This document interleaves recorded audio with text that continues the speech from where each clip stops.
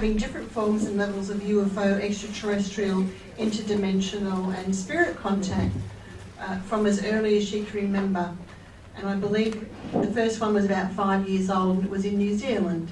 So without any further ado, I'll let Lauren tell you her story herself. So please welcome Lauren Kurth.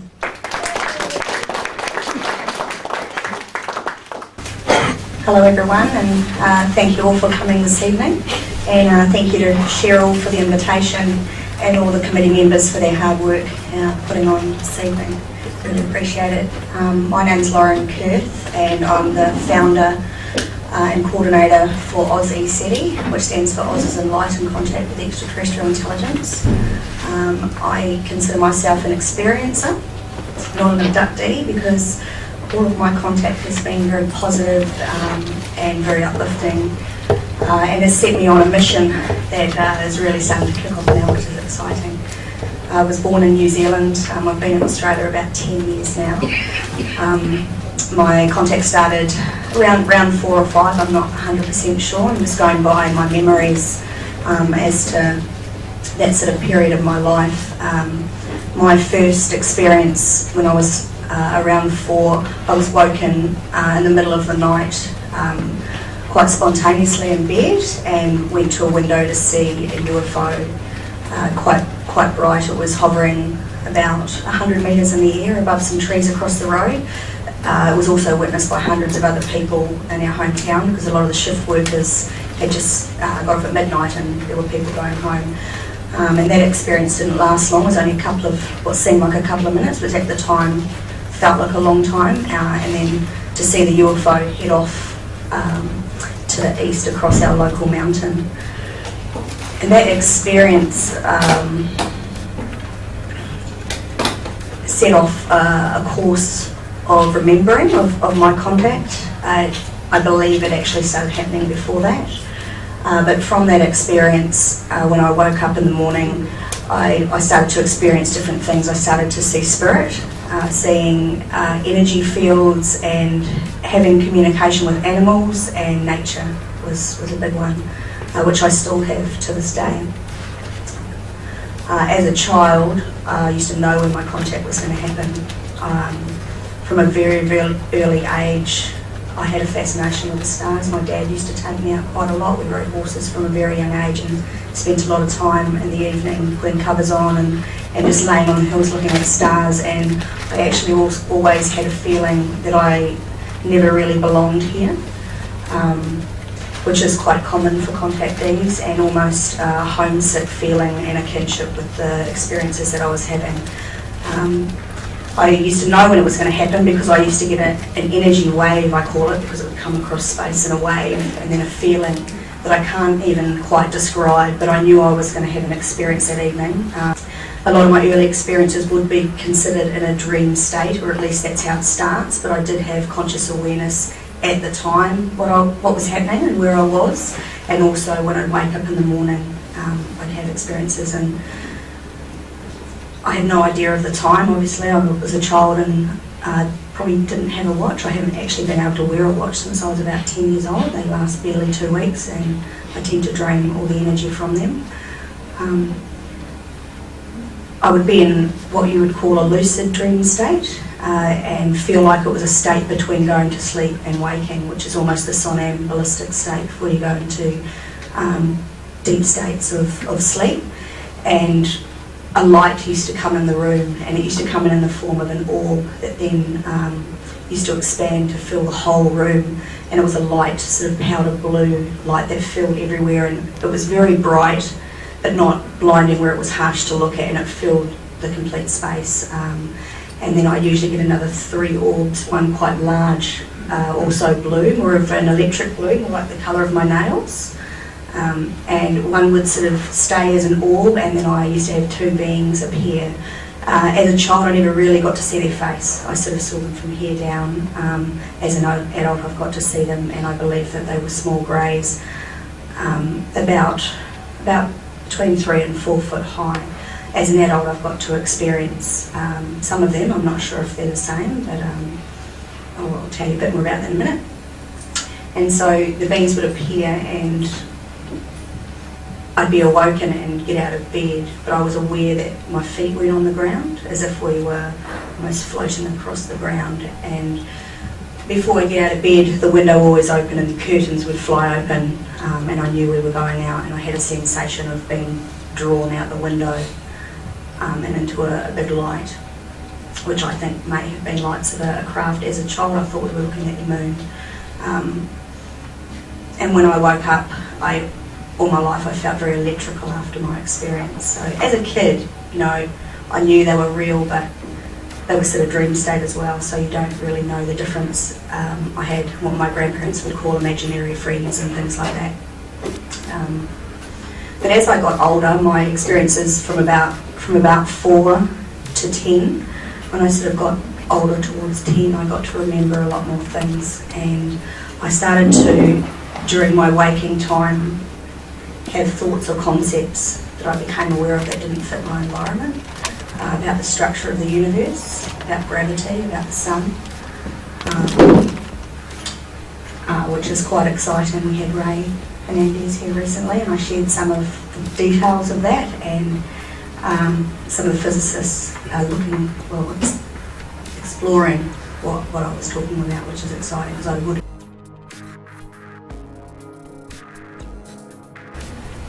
My psychic ability definitely became more when I was about 12 years old. I got a horse that I could actually hear speak and have telepathy with. After a UFO experience, it was quite a prominent experience, and that experience was different because when I woke up I actually had visual flashes of animals that I was going to have throughout my life, animals that I was expecting to come along, and when I was about 10, one of the animals that I started having telepathy with. So growing up, we had a pony club of 120 acres, one of the biggest in New Zealand. I never had to walk a hill to pick my horse up, which was great. And used to have friends that didn't believe me, so they'd set a time and I'd tell the horse, and every day it would be at the gate. So after a couple of weeks of that, they sort of let it go. Contact sort of slowed down after about puberty, so around 11 and 12. I didn't have a lot until I was about 16, and I moved to Australia on my own, and my contact started almost within a couple of weeks of moving into a flat where I was on my own, where I was having light bulbs come through the window, and I was being taught to leave my body. I did it a lot as a child as well, like the flying dreams. A lot of people have flying dreams, but the astral travelling that they were showing me got a lot of validation. So they'd come into my room and I was sent beams of energy that started vibrating, and I could feel a separation between my physical body and my spirit body. And I used to fly around the Gold Coast and actually look for places I'd never been because I was new to Australia, and take notes of landmarks like fountains and just monuments throughout town, and then get on a bus ride and go there over the next few days and find out where I'd been to validate that it was real for me. I also had an experience where I woke my sister up during the astral travelling. I feel like she was leaving her body too, and we both had memory of that in the morning.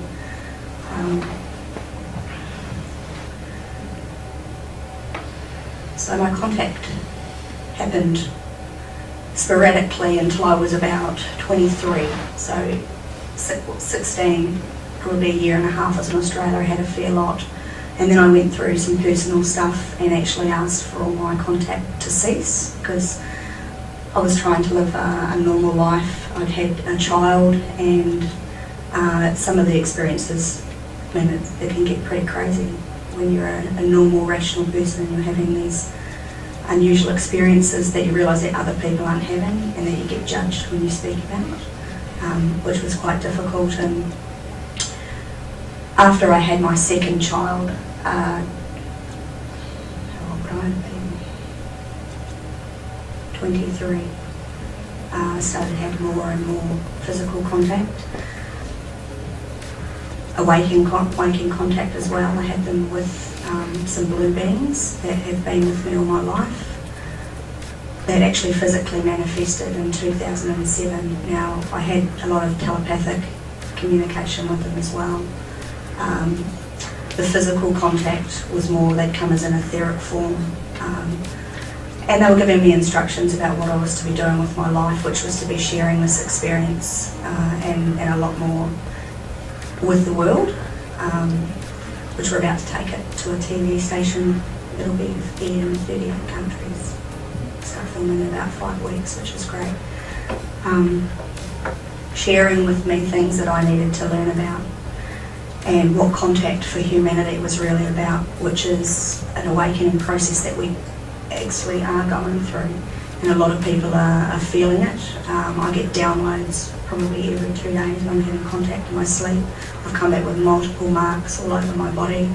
My most recent was right here last Tuesday, so it was probably the Thursday the week before where I woke up with marks on my feet. I had a biopsy and a melanoma that I self-healed that I've got quite graphic photos of. And video, yes. No, not of the biopsy, I wish. I have my results in person though. But anyway, they started showing me what it is that I needed to share, and it was about this awakening and how we could do that, which was really about taking charge of our own minds. Humanity, they said, had got quite lost, and we weren't really sitting in a very strong space of love. So I started being guided to do different things. I got right into the Indigenous culture back in New Zealand. My children are part Maori, and learned a lot about where they had come from, same as the Aboriginal people here from Pleiades. And just basically followed a life of synchronicity that is pretty far out. I live my life by that synchronicity. They led me to many things. Free energy was one of them. Humanity needs to make a massive shift in free energy, and I seem to just keep meeting people that are either creating devices or involved, and I've been studying free energy technology and unified physics with Nassim Haramein. I got led really, really strongly to sound healing. And when I say I'm led, I'll have an experience and wake up and know where I'm meant to go, and I just always hand the truth out to the universe, and within a day or two I've met the people that I'm meant to meet to bring the experience. And I do alchemy, sound, resonance healing, and I've learned about what that does to our water molecules in our body and our frequency to actually help people awaken. And a lot of people during my groups have beings come into the room and just shifting them into a different frequency and state, which is what it's all about. It's why they're coming here. It's what the downloads are about. Awakening us, really, to Mary Rodwell calls it the new human. So, yeah, they've taught me about healing, where we need to work with the mind and the heart and get out of the ego state that we're in. And what they really wanted to share too is that there is a lot of us here that have actually had an ET life and experience, and they did tell me that we are holding a frequency within our DNA. Some of us aren't even meant to do anything, we're just here. And as a collective, it's a bit like the 100 monkey effect, where we slowly raise a consciousness for humanity.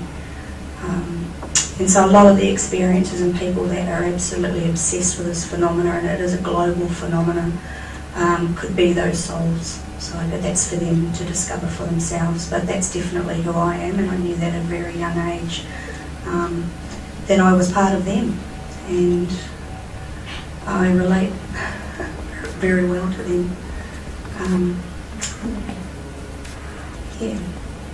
So in 2007, they were really pushing me to start talking and start recording what I was doing and really putting myself out into the world. And I had 4 children then, and it didn't feel too safe to be putting out who I am, that I believe that I'm an ET soul in a human form, that I believe that this is my first life to our planet and my only life.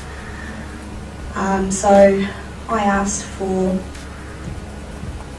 physical confirmation, and I was standing in a stone circle in my backyard, and I was getting the telepathy, being encouraged what to do, and I said I'm not doing anything without a physical experience. So at that stage I felt energy all over me, and I felt like I was put into an altered state, almost as if there was a glow of energy around me. I did feel like I started to vibrate. and I closed my eyes, and I was definitely in an altered state. And at that stage I had more of the electric blue orbs come at me.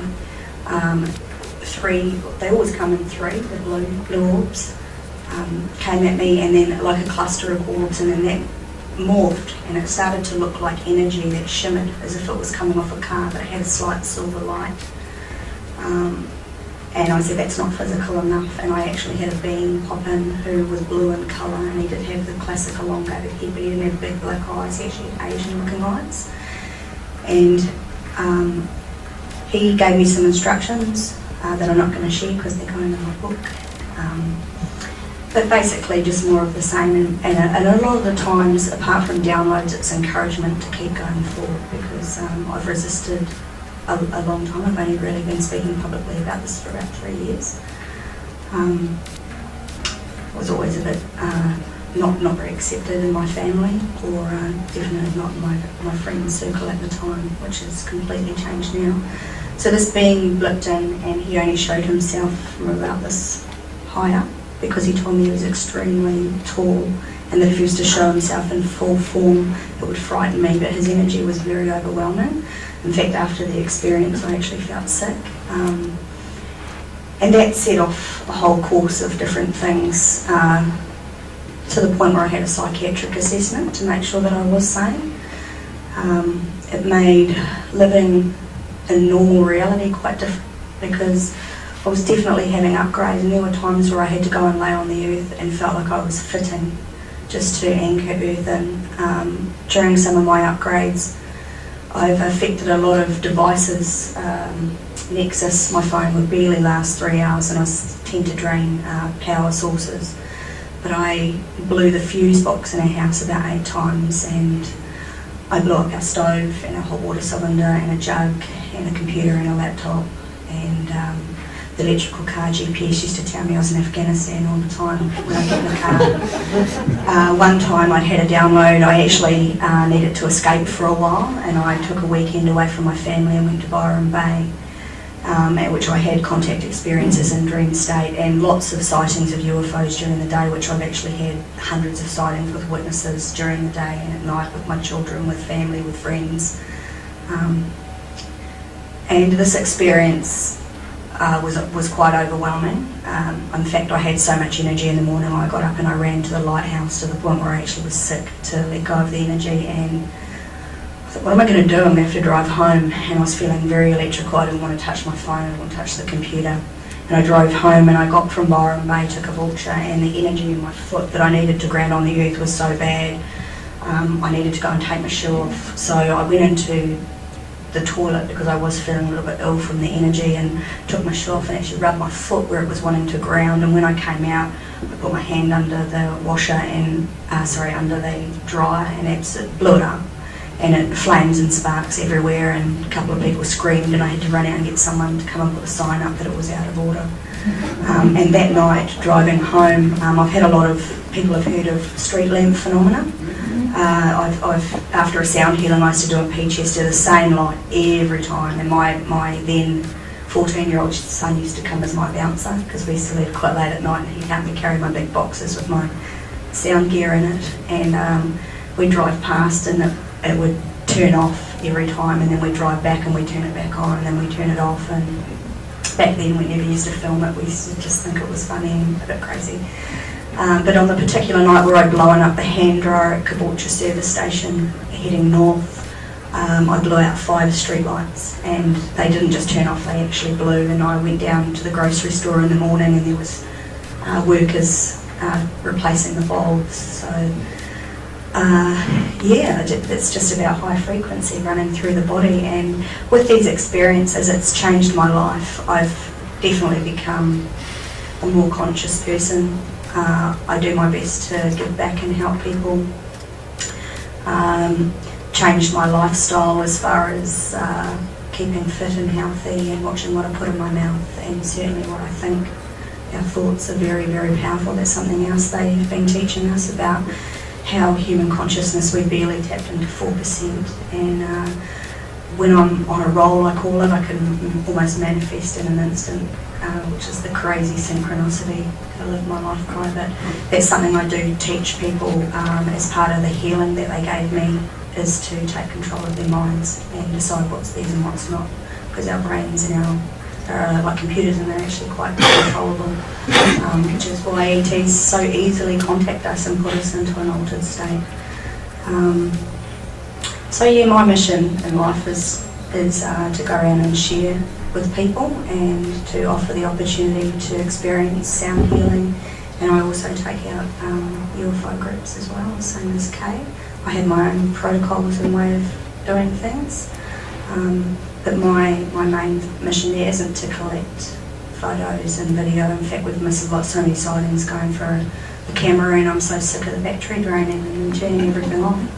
So they let me know that it was actually about facilitating the experience and allowing people to get into a state of consciousness so they can decide to come back, or they can go away and share it with their friends, because that's part of the global awakening, is making it okay for people to inquire and to go in with a good, strong, sceptical mind, and then have your mind blown away with your own experience is the best way to expand consciousness. So I invite everyone to come along thinking that it's crap, and then come and see some of the 40 anomalies we have interactive at a lot of Skywatches. My biggest UFO experience, I've had a couple. My first, absolutely, definitely. And by the way, all my experiences have come with a lot of love and respect as well. I think that statistically, from what Ray said, it's a small number that are having negative experiences, and sometimes that's based on the human condition, which is fear. When you don't know what it is, our logical brain tries to put it into something that we remember. So my best UFO experience was definitely the first one, but in about 2012, I think it was, I was in Mullaney, broad daylight. It was about 4:30 in the afternoon. I was with my eldest sister, my son who was then 14, and two of my younger children. And we were saying goodbye, and we were actually noticing in the sun setting along a pole there was a whole lot of bugs, and they seemed to be making what looked really cool, like a DNA strand. And so we had that as a point of reference and distance. And then we saw a plane go across and we could hear it, so we had another point of distance and range and sound.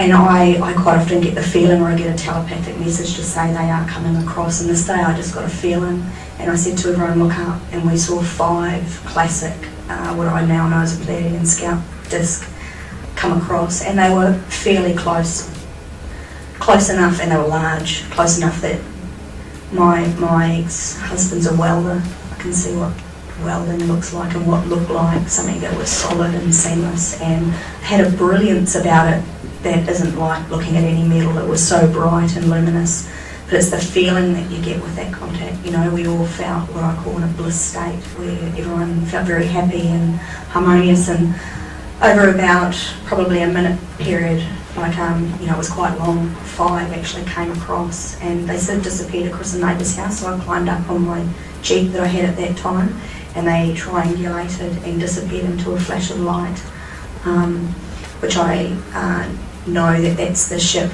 going interdimensional, because a lot of ships and beings that I've had contact with are from other dimensions, which I understand, because dimensions well, actually the one dimension that's multifaceted, which is the multiverse, they explained to me when I was about 8. So the light that I saw, I know, is the craft actually gaining energy and putting a shield around it so that it can move through the fabric of space-time and not affect the physical body so much, because it is a biological craft, kind of like a plane having cabin pressure so that we don't all go to pieces. Another really cool experience when I was being downloaded part of my healing modality. I have my own healing modality that's 6 in 1, and it starts with the mind, which I'm trained in the mind, subconscious mind reprogramming. But it goes into the cells and the structure using sound and sacred geometry. I was getting a lot of downloads at what to do, and it comes like files very quickly. And I was starting to do the work, and it was really quite amazing. People were going into a deep state, which I could only normally get to using trance hypnosis. and I needed a name and I needed the science behind what I was doing. And I had my blue ET come to me in energy. So he usually comes as the blue orb with telepathy and said, you need to go and meet Miss Sam Haramine, and he will give you the science and a name for your modality. And I literally got a little shove, a physical shove that day. So I got in my car, and on the way down there I seen flashes of light everywhere, silver light, which is quite common before an experience or before a Skywatch event. And my sister rang me frantically, and she says, oh my God, we've got a big ball-like light craft going across the sky. And so I remote viewed in while driving down the Gold Coast Highway, and I said, there's going to be 3 UFOs coming behind it. She starts screaming, and 1, 2 and 3 come across the sky, and I said, and one will zip off to the east and one will go to the west and one will go straight up, and that's exactly what happened, which was pretty cool. But our biggest contact experience with what I would say, I can't be certain because it was high in the sky and it was in the cloud, either a mothership or multiple craft, but it was at a Skywatch. I had about 6 new people. There was probably about 15 of us there all together, and we'd done our meditation inside because of the rain. And I do my Skywatch up in Camboon, which is near Balumba Creek, for those of you that know the hinterland, about an hour inland from Malani. And the sky cleared and the rain stopped, so we went outside, and we're sitting at the site, and I'm facing directly north, and there's quite high trees, very large native trees, and a mountain range off to the north. That's, I'm not sure, maybe 600 metre mountain range, and there was some big clouds, and we've been doing the Skywatch, and strange things had started to happen. The night vision got drained, and my phone wouldn't work. Any of the apps, or to look at the stars or anything like that. I was sort of giving everyone a rundown of where we were, and the sound equipment went. My camera completely died, which had a battery, and I actually changed the battery hoping to get some photos, and actually it was this night where I decided to actually give up with the camera because the other battery was drained as well. And we were looking out, and all of a sudden we had 6 lights come through the cloud that were very bright as Venus is in the sky this evening.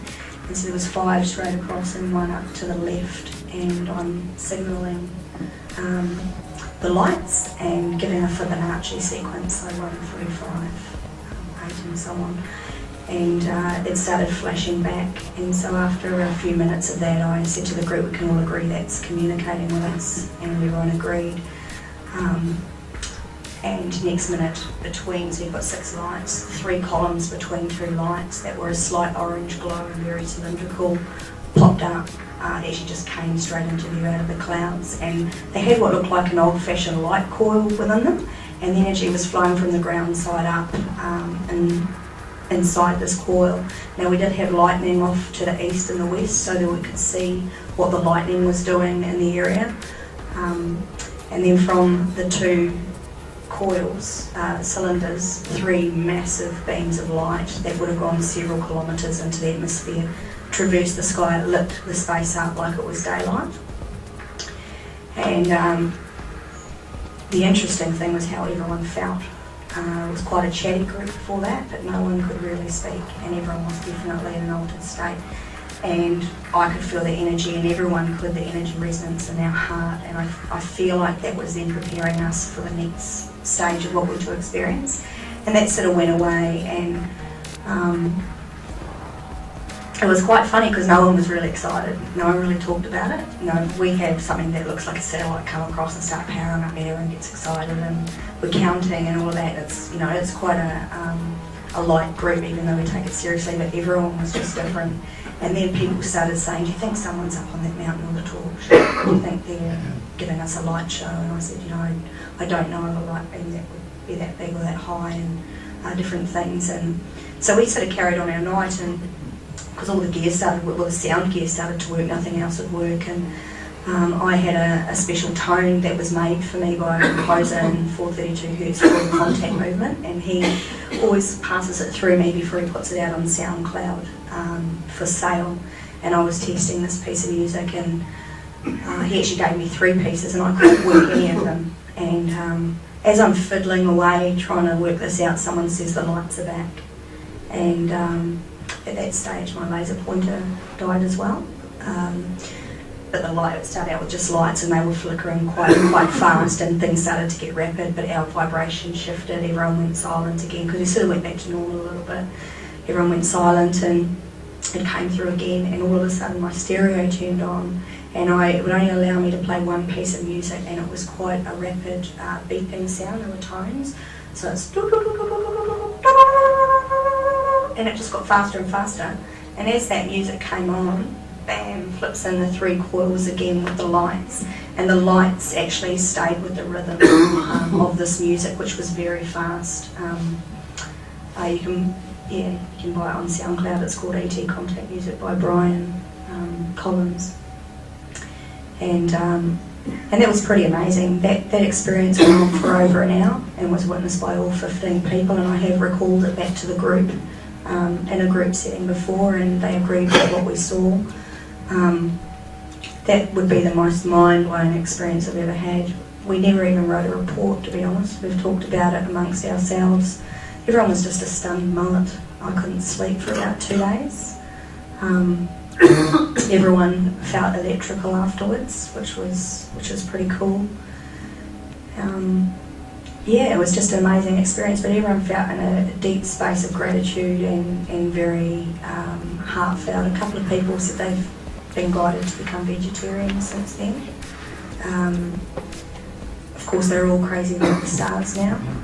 Different things happen to people during contact. People lose their fear of the dark. They lose their fear in general. They start being more conscious of the way that they treat people, and just a whole series of things. But I've had hundreds of contact experiences in a dream state. A lot that I've remembered. I've had procedures done that some people might find invasive or scary, but I knew it was my contract and I wasn't afraid, and I've got to experience them that have helped me. I've had physical healing from them and an upping of my abilities, which has helped with my healing work. But thank you all for listening and keeping an open mind. Thanks again, Sherry.